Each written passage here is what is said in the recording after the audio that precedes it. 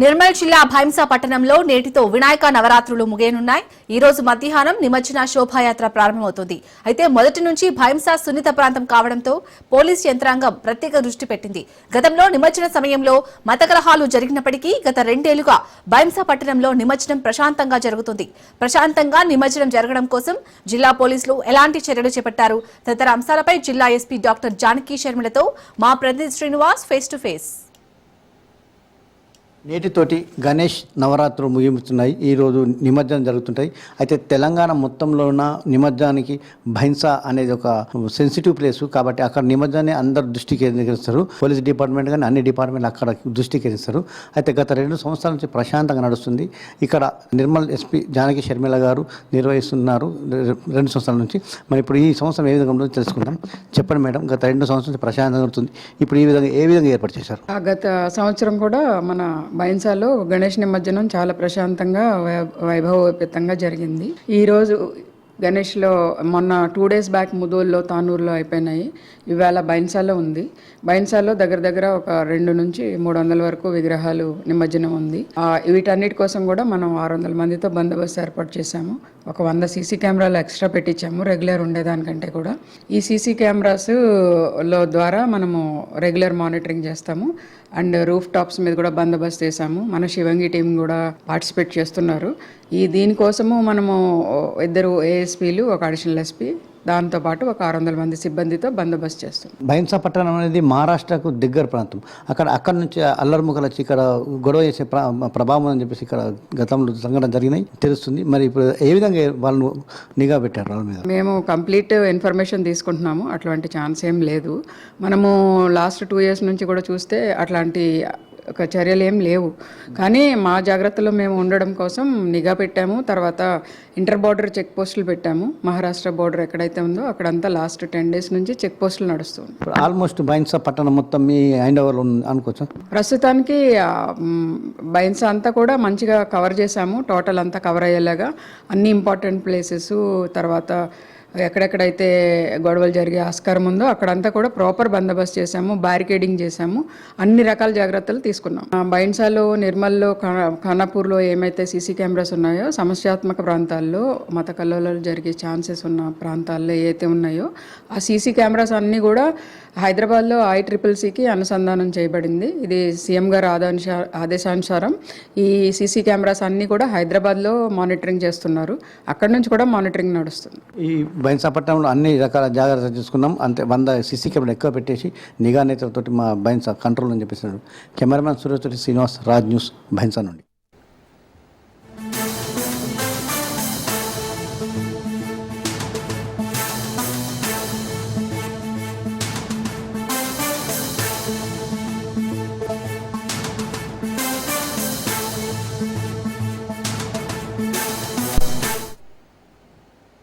Breaking news చూస్తున్నాం. AP liquor scam కేసులో SIT దూకుడు పెంచింది. తిరుపతి తుమ్మలగుంటలోని వైసీపీ మాజీ ఎమ్మెల్యే చెవిరెడ్డి ఇంట్లో సోదాలు జరుపుతుంది. సోదాల్లో 20 మంది అధికారుల టీం పాల్గొంది. లిక్కర్ స్కామ్ కేసులో A3గా చెవిరెడ్డి భాస్కర్ రెడ్డి, A39గా మోహిత్ రెడ్డి ఉన్నారు.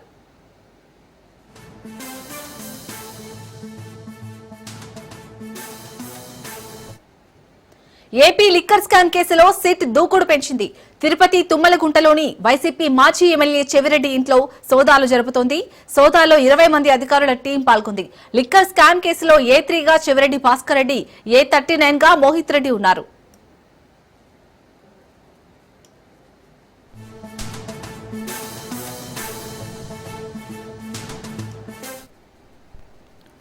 ఇటు ఏపీ లిక్కర్ స్కామ్ కేసులో అయితే సిట్ దూకుడు పెంచింది. అందులో భాగంగా తుమ్మలగుంటలోని వైసీపీ మాజీ ఎమ్మెల్యే చెవిరెడ్డి ఇంట్లో అయితే సోదాలు జరుగుతున్నట్టుగా తెలుస్తుంది. దీనికి సంబంధించి పూర్తి అప్డేట్స్ మా ప్రతినిధి కిరణ్ అందిస్తారు. కిరణ్, ఏదైతే ఏపీ మద్యం కుంభకోణం కేసులో చంద్రగిరి మాజీ ఎమ్మెల్యే చెవిరెడ్డి భాస్కర్ రెడ్డి, అదేవిధంగా దాని తనయుడు చెవిరెడ్డి మోహిత్ రెడ్డి, అంటే A38 గా ఉన్న చెవిరెడ్డి భాస్కర్ రెడ్డి, అదేవిధంగా A39 గా ఉన్న మోహిత్ రెడ్డి విషయం తెలిసింది. అయితే ఈ నేపథ్యంలోనే సిట్ అధికారులు ఒక్కసారిగా దూకుడు పెంచారని చెప్పుకోవచ్చు. ముఖ్యంగా ఏదైతే తిరుపతికి సమీపంలోని తుమ్మలగుంట ప్రాంతంలో ఉన్న చెవిరెడ్డి ఇంటికి నిన్న ఉదయం 20 మంది సిట్ అధికారులు అంతే పూర్తి స్థాయిలో సోదాలు నిర్వహించడానికి వచ్చారు. అయితే నిన్న ఇంటి తాళాలు కూడా వేసేస్తుండడంతో వెనుదిరిగారు. అయితే ఈ రోజు ఉదయం నుంచి ఏకకాలంలో పూర్తి స్థాయిలో ఒక 25 మంది వరకు సిట్ అధికారులు పూర్తి స్థాయిలో సోదాలు నిర్వహిస్తున్నారు. వాళ్ళ ఇంట్లోని వారందరినీ కూడా పూర్తి స్థాయిలో విచారణ కావచ్చు, అదేవిధంగా వివిధ ఫైలుకు సంబంధించి అదేవిధంగా చాలా వరకు డాక్యుమెంట్స్ కూడా స్వాధీనం చేసుకున్నట్టు మనకు తెలుస్తుంది. అయితే పూర్తి వివరాలు వాళ్ళు వెల్లడించిన పరిస్థితి అయితే కనిపిస్తుంది. సోదాలు ముగిసిన తర్వాత మీడియాతో మాట్లాడే అవకాశం అయితే ఉంది. ఏదేమైనప్పటికీ చెవిరెడ్డి భాస్కర్ రెడ్డి ఇంట్లో తనిఖీలు చేస్తున్న సిట్ అధికారుల వల్ల చెవిరెడ్డి భాస్కర్ రెడ్డి నుంచి నిన్న మనం చెప్పుకున్నట్టు తాళాలు వేశారు. ఈ రోజు ఉదయం నుంచి కూడా ఒక పూర్తి స్థాయిలో అయితే సిట్ అధికారులు దూకుడు పెంచారనే చెప్పుకోవచ్చు. ఇప్పటికే ఏపీ లిక్కర్ స్కామ్ కేసులో ఇప్పుడు చాలా వరకు అరెస్టుల నేపథ్యంలోనే మరోపక్క చిత్తూరు జిల్లాకి సంబంధించిన మాజీ ఉప ముఖ్యమంత్రి నారాయణ స్వామి ఇంట్లో కూడా గతంలో ఏదైతే ఈ సిట్ అధికారులు విచారణ అయితే చేపట్టారు. అప్పుడు కూడా తను సహకరిస్తారని చెప్పేసి కూడా నారాయణ స్వామి చెప్పడం, దాని తర్వాత వెంటనే చెవిరెడ్డి భాస్కర్ రెడ్డి ఇంట్లో వచ్చి ఒకసారి సిట్ అధికారులు సోదాలు చేయడం ఇప్పుడు పూర్తి హాట్ టాపిక్ గా మారిందని చెప్పుకోవచ్చు. ఎందుకంటే ఇప్పటికే హైదరాబాద్ లో కావచ్చు, చాలా చోట్ల హైదరాబాద్ కు సంబంధించి కొన్ని చెవిరెడ్డి భాస్కర్ రెడ్డికి సంబంధించిన కంపెనీల్లో కూడా ఏకకాలంలో కూడా సోదాలు చేసినట్టు కూడా మనకు సమాచారం అందుతుంది. అందులో భాగంగానే ఇప్పుడు తుమ్మలగుంటలో ఉన్న చెవిరెడ్డి భాస్కర్ ఇంట్లో మరోపక్క తెలంగాణలో కూడా 2-3 చోట్ల చెవిరెడ్డి భాస్కర్ రెడ్డికి సంబంధించి ఆఫీసులు ఉన్నాయి. వాటి పూర్తి స్థాయిలో అక్కడ తనిఖీలు చేస్తున్నారు. ఏదేమైనప్పటికీ ఏపీ లిక్కర్ స్కామ్ లో ఇది హాట్ టాపిక్ అనేది చెప్పుకోవచ్చు. ఎందుకంటే ముఖ్యంగా జగన్మోహన్ రెడ్డికి అత్యంత సన్నిహితుడిగా ఉండే Chevireddy Bhaskar Reddy AP liquor scam లో ఒక్కసారిగా జైల్లో ఉన్న 79 రోజులుగా రిమాండ్ లో ఉన్న విషయం తెలిసిందే. అయితే 79 రోజుల తర్వాత ఒకసారిగా సిట్ అధికారులు ఒకసారి వచ్చి చెవిరెడ్డి భాస్కర్ రెడ్డి ఇంట్లో ఒకసారి సిట్ అధికారులు సోదాలు చేయడం తర్వాత ఉత్కంఠం అయితే రేపిందని చెప్పుకోవచ్చు. కిరణ్, మరి ఈ సోదాల్లో అయితే దాదాపు 20 మంది అధికారుల టీం పాల్గొన్నట్టుగా తెలుస్తుంది. ఇప్పటి వరకు ఎలాంటి ఇన్ఫర్మేషన్ తీసుకున్నారు వారి దగ్గర నుంచి? అంటే సిట్ అధికారులు ఇప్పటి వరకు ఎటువంటి వివరాలు అయితే బయటికి వెల్లడించే పరిస్థితి అయితే కనిపిస్తోంది. ఎందుకంటే పూర్తి స్థాయిలో అన్ని కూడా గోప్యంగా ఉంటున్నారు. ఎందుకంటే పూర్తి స్థాయిలో తుమ్మలకుంట ప్రాంతమంతా కూడా తన నివాసం ఉంటున్న స్వగ్రామం. అక్కడ పూర్తి స్థాయిలో చెవిరెడ్డి భాస్కర్ రెడ్డి అనుచరులు కూడా అక్కడ ఉంటారు. అన్ని కూడా వాళ్ళు ప్రభుత్వానికి నివేదిక సమర్పించాలనేసి ఉద్దేశంతోనే ఉండాలనేసి కూడా మనకు తెలుస్తుంది. ప్రస్తుతం అయితే 25 మందికి పైగా సిట్ అధికారులు అక్కడ ఉన్నారు. అంతేకాకుండా పోలీసు బృందాలు కూడా పూర్తి స్థాయిలో అక్కడికి చేరుకున్నాయి. ఎందుకంటే ఎటువంటి అవాంఛనీయ సంఘటనలైనా జరిగే అవకాశం ఉన్న నేపథ్యంలో కార్యకర్తలు కూడా భారీ ఎత్తున తుమ్మలకుంటకు చేరుకుంటున్నారు.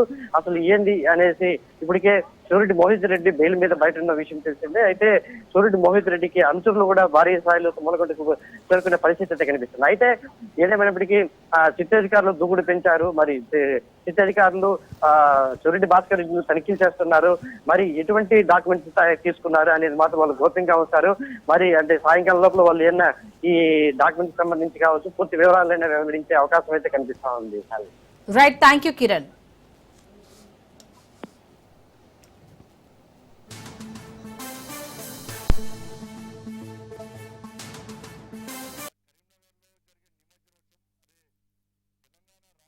కృష్ణా జిల్లా ఎన్టీఆర్ స్వగ్రామం నిమ్మకూరులో పద్మభూషణ్, నందమూరి బాలకృష్ణ సందడి చేశారు. ఎన్టీఆర్ బసవతారకం విగ్రహాలకు నివాళులర్పించారు. సినీ ప్రస్థానం 50 ఏళ్లు పూర్తి చేసుకుని వరల్డ్ బుక్ ఆఫ్ రికార్డ్స్ లో చోటు దక్కించుకున్న అనంతరం బాలయ్య నిమ్మకూరుకు రావడంతో అభిమానులు, గ్రామస్తులు ఆనందం వ్యక్తం చేశారు. గార్డ్ ఆఫ్ హానర్ తో గురుకుల పాఠశాల విద్యార్థులు స్వాగతం పలికారు. పామర్రు ఎమ్మెల్యే వర్లకుమార్ రాజా, కూటమి నాయకులు పూలమాలలు, పుష్పగుచ్చాలతో శుభాకాంక్షలు తెలిపారు. టపాసులు కాలుస్తూ జై బాలయ్య అంటూ అభిమానులు నినాదాలు చేశారు. నిమ్మకూరు ఆడపడుచులు బాలయ్యకు మంగళహారతులిచ్చారు. అనంతరం బాలయ్య మాట్లాడుతూ తనకు పదవులు ముఖ్యం కాదని చెప్పారు. ఈ విజయాలన్నీ తన తల్లిదండ్రులకు అంకితం చేస్తున్నట్లు ప్రకటించారు.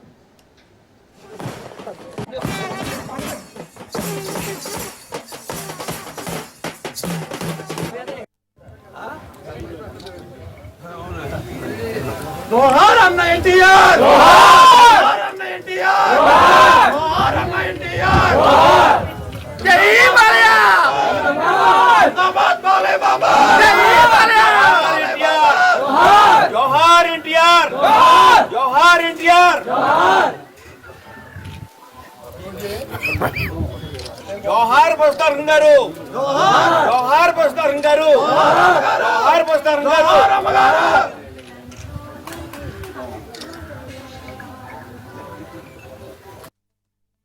ఎవరైతే వాళ్ళ కుటుంబానికి, వాళ్ళ ఊరికి, వాళ్ళ జాతికి, అలాగే చేసే సాంఘిక సంక్షేమ కార్యక్రమాల వల్ల అది పదవిలో ఉన్నా లేకపోయినా దేశానికి కీర్తి ప్రతిష్టలు తీసుకొస్తారు. భూమి మీద అందరూ పుడతారు గిడతారు కానీ అందరూ మహానుభావులు కాలేరు.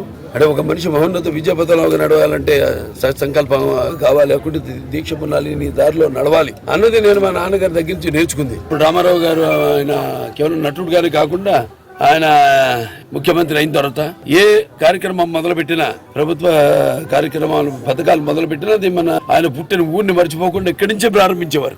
రెసిడెన్షియల్ హై స్కూల్ కావచ్చు, లేకపోతే ఈ జూనియర్ కాలేజ్ కావచ్చు, అలాగే మహిళా ప్రాంగణం, ప్రాథమిక వైద్య శిబిరం అయితే, పిహెచ్సీలు అయితేనేమి అన్ని కూడా ఇక్కడి నుంచే, ఈ గ్రామం నుంచే పుట్టిన గడ్డను మర్చిపోకుండా ఇక్కడి నుంచే ప్రారంభించేవారు. కేవలం అంతేకాకుండా సమాజానికి మరి ఆయనకి అంత ఉన్నత స్థానానికి తీసుకెళ్లిన ప్రజల్ని మర్చిపోకుండా ఆనాడు తెలుగుదేశం పార్టీని స్థాపించారు. అలాగే అందరికి బడుగు బలహీన వర్గాలు అయితేనేమి, వెనుకబడిన తరగతులు అయితేనేమి, తాడిత పీడిత కులాలకు అయితేనేమి, అందరూ కూడా మైనారిటీలకి అయితేనేమి అందరికీ ఆయన సముచిత రీతిలో గౌరవించి ఈ రాజకీయాల్లో ఉన్న పదవులకు దూరంగా ఉన్న వాళ్ళందరికీ చేయూతనిచ్చి సగౌరవంగా తీసుకొచ్చి పదవులతో అలంకరించిన మహానుభావుడు నందమూరి తారక రామారావు. నాకు చిన్నప్పటి నుంచి నేను చాలా సందర్భాలు చెప్పడం జరిగింది.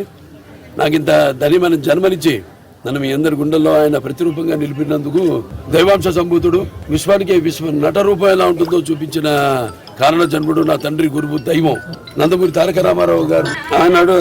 ఆయన నాకు చిన్నప్పటి నుంచి కూడా స్ఫూర్తి.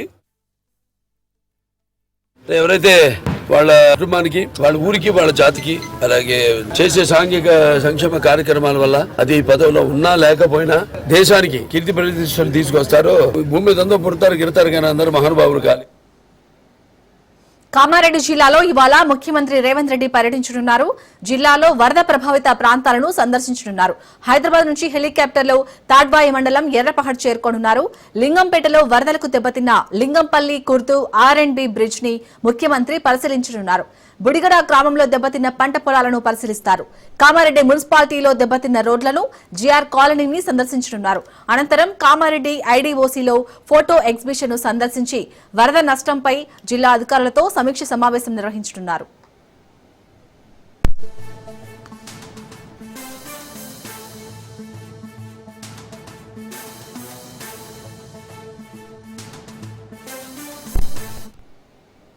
కామారెడ్డి జిల్లాలో ఇవాళ ముఖ్యమంత్రి రేవంత్ రెడ్డి పర్యటించనున్నారు.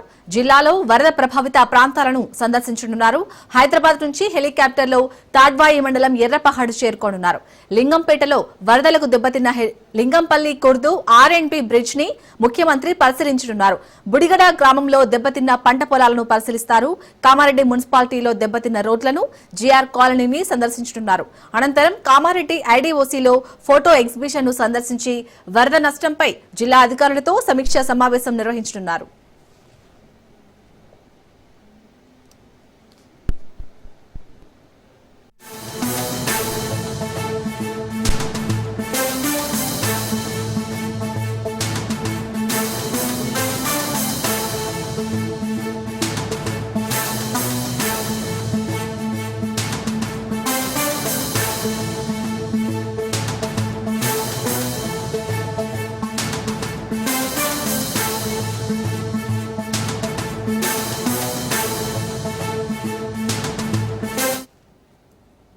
ములుగు మున్సిపల్ పారిశుద్ధ్య కార్మికుడు మహేష్ మృతి పట్ల మంత్రి డాక్టర్ సీతక్క విచారం వ్యక్తం చేశారు. మహేష్ ఆత్మహత్య చేసుకోవడం బాధాకరమన్నారు. ఈ విషయంపై విచారణ జరిపిస్తామని చెప్పారు. ఈ మేరకు సంబంధిత అధికారులను ఆదేశించారు. కాగా తోటి కార్మికుడి మృతిని తట్టుకోలేక మిగతా వారు వేదన చెందుతున్నారు. ఇలాంటివి పునరావృతం కాకుండా ప్రభుత్వం చర్యలు తీసుకోవాలని కార్మికులు కోరుతున్నారు.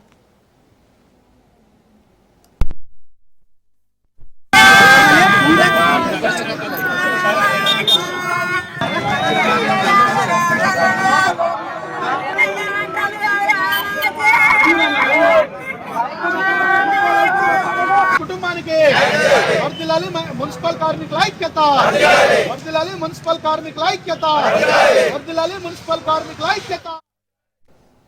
ములుగు మున్సిపల్ పారిశుద్ధ్య కార్మికుడు మహేష్ మృతి పట్ల మంత్రి డాక్టర్ సీతక్క విచారం వ్యక్తం చేశారు. మహేష్ ఆత్మహత్య చేసుకోవడం బాధాకరమన్నారు. ఈ విషయంపై విచారణ జరిపిస్తామని చెప్పారు. ఈ మేరకు సంబంధిత అధికారులను ఆదేశించారు. కాగా తోటి కార్మికుడి మృతిని తట్టుకోలేక మిగతా వారు ఆవేదన చెందుతున్నారు. ఇలాంటివి పునరావృతం కాకుండా ప్రభుత్వం చర్యలు తీసుకోవాలని కార్మికులు కోరుతున్నారు. ములుగు మున్సిపాలిటీకి చెందినటువంటి మైదం మహేష్ అనే మున్సిపాలిటీ కార్మికుడు నిన్న వేతనాలు రాక వేతనాలు ఇవ్వడంలో బిల్ కలెక్టర్ కిరీటి అదేవిధంగా ఈవో రఘు ఇబ్బందులకు గురి చేయడం వల్ల సరిగ్గా వేతనాలు ఇవ్వకుండా కాళ్ళవేళ పడ్డా కూడా ఆ వేతనాన్ని సకాలంలో ఇవ్వకుండా ఉండడం వలన కుటుంబంలో మీ జీతం ఎందుకు వస్తలేని డిస్కషన్ తోటి వేతనాలు ఇక నాకు రాదేమో అనేటువంటి బెంగతోటి మైదం మహేష్ అనేటువంటి మున్సిపల్ కార్మికుడు ఆత్మహత్య చేసుకుని మరణించడం అనేది జరిగింది. మా జీతం వస్తలేదు, నా జీతం ఇవ్వలేదు, అక్క. నా పిల్లలకు జ్వరాలు వచ్చినాయి, తిండి లేదు, ఇంట్లో పువ్వ లేదు అక్క. నా పిల్లలు ఇప్పుడు కోసం చెప్తాను అక్క. అన్న పూర 4 సార్లు చెప్పినా కూడా మేము అందరం ఎవరం పట్టించుకోకుండానే వెళ్ళిపోయినాం. ఇస్తాడు కావచ్చు అని వెళ్ళిన తర్వాత ఆఫీస్కి వచ్చిండు. ఆఫీస్కి వచ్చి కిరీటి ఆఫీస్కి వచ్చి రఘు సార్ కిరీటి ఎంబడి పడతాడు. అన్న నా పిల్లలకు జ్వరాలు వచ్చినాయి, తిండి లేదు, ఏం లేదు, ఇంట్లో ఇప్పుడు కోసం ఉంటారు, కనీసం ఒక 2000 ఒక 1000 రూపాయలలో సాయం చేయండి అన్న. నాకు ఆ 2 నెలల జీతాలు మీరు ఇవ్వకుండా మంచిదే, కనీసం నాకు 2000 3000 అయినా సాయం చేయండి అని ఎంబడి పడ్డా కూడా మేము అది ఎక్కువ కష్టాల నుండి చెప్పుకున్నా కూడా కిరీటి పట్టించుకున్నాడు లేడు. మా రఘు సార్ కూడా పట్టించుకుంటలేడు. పట్టించుకోకుండా ఈ పోరాడు ఏం చేసిండు కదా, నా ఇంట్లో నా పిల్లలని నౌకరు చేసేందుకు చేయకేందుకు, నా పిల్లలు ఇప్పుడు పసంद చెప్తాను, నా బతుకు ఎందుకు అని ఆ పోరాడు నా జీతం ఇస్తలేరని కేవలం మందు రాసి పాత ఆయనతో చేసిన వాళ్ళకేమో పడతాయి, ఈయనకు ఒకరికే పడకుండా ఉండేసరికి ఇంటికాడ చెప్తే కూడా ఎవరు నమ్మకుండా అయిపోయింది. ఆయన జీతాలు నాకు ఒక్కనికే పడలేదు అని అంటే నీకు ఒక్కనికే ఎందుకు పడే, నువ్వు ఎప్పటికీ రోజు చేస్తాను కదా, మరి ఎందుకు నీకు ఒక్కడికే ఎందుకు పడాయి, అందరికి నీతో చేసేటోళ్లకు సమానంగా పడతాయి, నీకు ఒక్కడికి ఎందుకు పడాయి అని ఇంట్లో మాట్లాడేసరికి వాళ్ళు ఇంట్లో అప్పులు బయట అప్పులు తీసుకొచ్చిండు. ఆ అప్పులు తీసుకొచ్చిన వాళ్ళు వచ్చి వాళ్ళు అడిగేసరికి ఆ ఇంట్లో చెప్తే నమ్మకపోయేసరికి నేను ఎవరిని చెప్పినా నాకు ఎవరు నమ్మడం లేదు. నేను గ్రామ పంచాయతీకి పోయి అడుగుతానేమో ఇవాళ ఇస్తా, రేపు ఇస్తా, రేపు 10 గంటలకు ఇస్తా, సాయంత్రం ఇస్తా అని నన్ను రోజు తిప్పుకుంటారు. నేను ఎక్కడికని పోయి అడుక్కోవాలి. ఇటు నాకు 3 ఆడపిల్లలని నేను ఎంత బాధపడుకుంటా అడిగినా కానీ నాకు ఏం సహాయం చేయకుండా. జీఎస్టీ కౌన్సిల్ సమావేశంలో కీలక నిర్ణయాలు తీసుకుంది కేంద్రం. సామాన్యులకు ఊరటనిచ్చేలా జీఎస్టీ స్లాబ్లపై నిర్ణయం తీసుకుంది. 5-18% స్లాబులు మాత్రమే కొనసాగించాలని నిర్ణయించారు. ఇక 12-28% జీఎస్టీ స్లాబ్ల ఎత్తివేసింది. ఈ నెల 22 నుంచి కొత్త జీఎస్టీ స్లాబ్ రేట్లు అమలు కానున్నాయి. రాష్ట్రాలు కేంద్రం మధ్య జీఎస్టీ స్లాబ్లపై సయోధ్య కుదిరింది.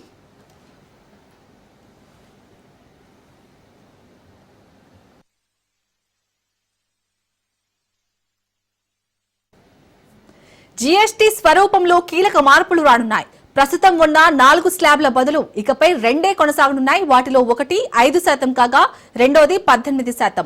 కేంద్ర ఆర్థిక మంత్రి నిర్మలా సీతారామన్ అధ్యక్షతన జరిగిన జీఎస్టీ పాలక మండలి 56వ సమావేశం ఈ నిర్ణయం తీసుకుంది. దీని ప్రకారం 12%, 28% పన్ను స్లాబులు ఇక ఉండవు.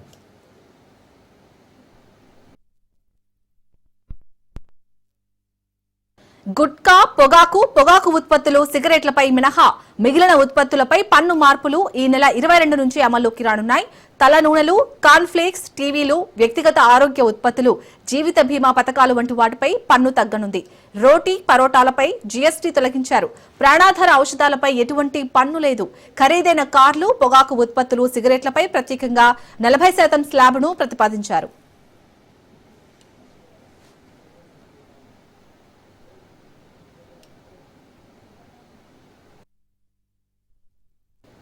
దాదాపుగా వ్యక్తిగత వస్తువులన్నింటికీ పన్ను తగ్గించడం ద్వారా దేశీయ వినిమయాన్ని పెంచి అమెరికా సుంకాల భారం నుంచి కొంత ఉపశమనం పొందాలని ప్రభుత్వం భావిస్తోంది.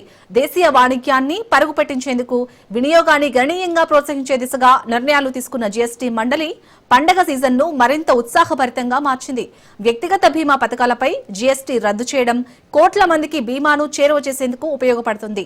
అన్ని నిర్ణయాలను ఏకాభిప్రాయంతో తీసుకున్నామని, ఏ ఒక్క రాష్ట్రం వీటిని వ్యతిరేకించలేదని నిర్మలా సీతారామన్ తెలిపారు.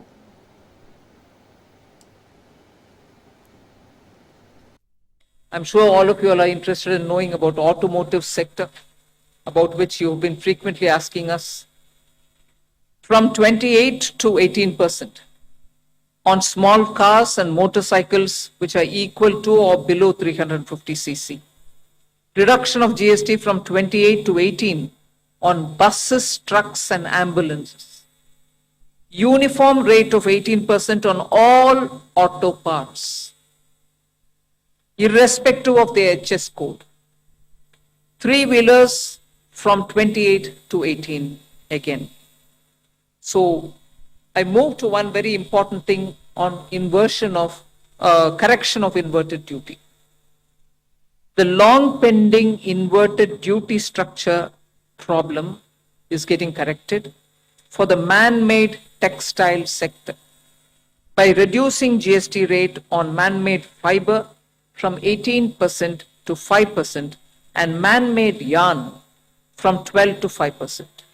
So that will take care of every anomaly that was there in terms of inversion that's getting sorted out. So this actually gives effect to government's objective of the fiber neutral policy. So that's really getting seen in our action today.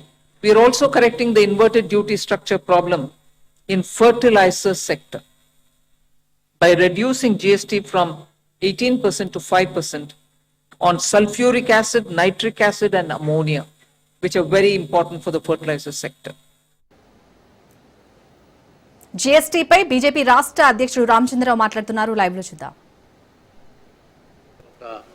వస్తువులపై ముఖ్యంగా hair oil కావచ్చు, అది coconut oil కావచ్చు, milk products కావచ్చు, ఈ రకమైనటువంటి ఒక దీంట్లో మొత్తం ఈరోజు వారు చేసినటువంటి ఒక ఆల్మోస్ట్ ఫ్రీ చేశారు. జీరో చేసినటువంటి కొన్ని నిర్మచిత్రంగా ప్రెస్లో చెప్పారు. అయినా కూడా మిల్క్ ప్రోడక్ట్ మీద రోటీ, చపాతీ ఇవన్నీ ఏవైతే ఉంటాయో, డ్రై ఫ్రూట్స్, చాక్లెట్స్, పేస్ట్రీ, ఏవైతే మిడిల్ క్లాస్ ఫ్యామిలీస్ యూజ్ చేసేటటువంటి ఒక ఏది ఉన్నాయో ఇవన్నీ కూడా తగ్గించుకుంటూ ఒక పికిల్స్ మీద, వెజిటేబుల్స్ మీద, ఫుడ్ గ్రెయిన్స్ మీద దాదాపు 18 నుంచి 5%, 12 నుంచి 5%, 5% నుంచి 0%. ఈ యొక్క వ్యవస్థలో దాదాపు మొత్తం దేశంలో కూడా మిడిల్ క్లాస్ ఫ్యామిలీస్కు తక్కువ ధరలో అత్యవసర వస్తువులు దొరికేటటువంటి ఈ ఒక అవకాశం వచ్చింది. ఇది ఒక పెద్ద మార్పు, పెద్ద ఆర్థికమైనటువంటి పెద్ద నిర్ణయము. ఈ నిర్ణయాన్ని భారతీయ జనతా పార్టీ స్వాగతిస్తూ ఉంది. భారతీయ జనతా పార్టీ తెలంగాణ ఈరోజు వారిని స్వాగతిస్తూ నిర్మలా సీతారామన్ గారికి, నరేంద్ర మోదీ గారికి మా తరఫు నుంచి మేము ధన్యవాదాలు తెలుపుతూ, మరి పేద ప్రజలు కూడా ఈరోజు గుర్తుంచుకోవాలి. ఒక కాంగ్రెస్ పార్టీ ఈరోజు నరేంద్ర మోదీ గారిని అనేకమైనటువంటి మాటలు మాట్లాడుతున్నారు. ఏది దొరకకపోతే వారి మీద, ఎవరు ప్రజలు నమ్మకపోతే చివరికి నరేంద్ర మోదీ గారి దివంగతమైనటువంటి వారి యొక్క తల్లి గారిని కూడా వదలట్లే. ఎక్కడో చనిపోయినటువంటి తల్లి గారిని కూడా దూషించి వారి మీద మాట్లాడేటువంటి అయితే మాటలు ఉన్నాయో ఈరోజు దేశ ప్రజలందరూ కూడా నరేంద్ర మోదీ గారు ఆ తల్లికి ఏ తల్లి అయితే నరేంద్ర మోదీ గారి లాంటి వ్యక్తిని ఈరోజు భారతదేశానికి ప్రధానమంత్రిగా జన్మనిచ్చిందో ఆ నరేంద్ర మోదీ గారికి మనందరం కూడా పాలాభిషేకం చేయాలని ఈరోజు నేను ఇక్కడి నుంచి భారతీయ జనతా పార్టీ నుంచి మహిళా మోర్చా, యువ మోర్చా, మా భారతీయ జనతా పార్టీ అన్ని BC Morcha, ST Morcha, SC Morcha, Kisan Morcha అందరికీ కూడా నేను ఈరోజు రిక్వెస్ట్ చేస్తూ ఉన్నాను. మీ మండలాల్లో కూడా మొత్తం నరేంద్ర మోదీ గారికి ఈ జీఎస్టీ తగ్గించి ఇటు రైతులకు, విద్యార్థులకు అందరికీ కూడా ఈరోజు మహిళలకు, గృహిణులకు, మధ్యవర్తి తరగతులకు ఈ ఊరట ఇచ్చినందుకు పండుగ సమయంలో బతుకమ్మ, అదేవిధంగా దీపాలు రాబోతూ ఉంది. మరి ఇప్పుడు రకరకాలైనటువంటి మనకు పండుగల సందర్భంగా, వినాయక చవితి, నవరాత్రుల సందర్భంగా ఇది ప్రకటించినందుకు అందరూ కూడా పాలాభిషేకం చేయాలి రేపు అని అందరినీ కూడా కోరుతా ఉన్నాను. ఇది భారతీయ జనతా పార్టీగా నిర్ణయం తీసుకుని జరిగింది. నేను మా మోర్చా వాళ్ళందరూ కూడా కార్యకర్తలు అందరూ కూడా రేపు నుంచి ఈ కార్యక్రమం అన్ని మండలాల్లో కూడా చేస్తారు. ఒకటి.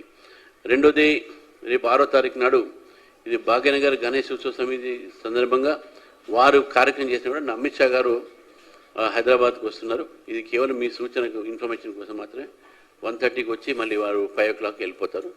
2-3 అఫీషియల్ కార్యక్రమాలు కూడా వర్చువల్గా ఇనాగ్రేట్ చేసి ముజాంజాహి మార్కెట్లో భాగ్యనగర్ గణేష్ ఉత్సవ్ సమితి వారి యొక్క ఆహ్వానం వారు ఒప్పుకొని అక్కడ ఉన్నటువంటి ఒక శోభాయాత్రని వారు చూసి ఒక 10 నిమిషాలు మాట్లాడి వారు వెళ్ళడం జరుగుతుంది. వారు ఒప్పుకున్నందుకు కూడా హైదరాబాద్ రావడానికి కూడా వారిని భారతీయ జనతా పార్టీ తరఫు నుంచి నేను స్వాగతిస్తూ ఉన్నాను. ఇప్పటివరకైతే అది ఏం లేదు, ఎందుకంటే మాకు ఉన్నటువంటి పార్టీ నేతలు కూడా జిల్లాలలో వాళ్ళ కార్యక్రమాలు ఉంటారు. ఇప్పుడు నిర్ణయం తీసుకోవాలి. ఇప్పుడే డీటెయిల్స్ ప్రోగ్రామ్ వచ్చింది. Available party leaders